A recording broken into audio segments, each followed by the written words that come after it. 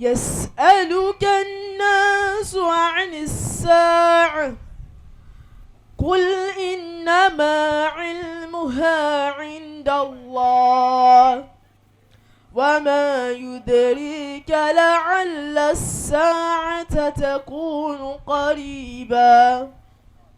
إن الله لعن الكافرين وأعد لهم سعيرا خالدين فيها أبدا لا يجدون وليا ولا نصيرا يوم تقلب وجوههم في النار يقولون يا ليتنا أطعنا الله وأطعنا الرسولا وقالوا ربنا إنا أطعنا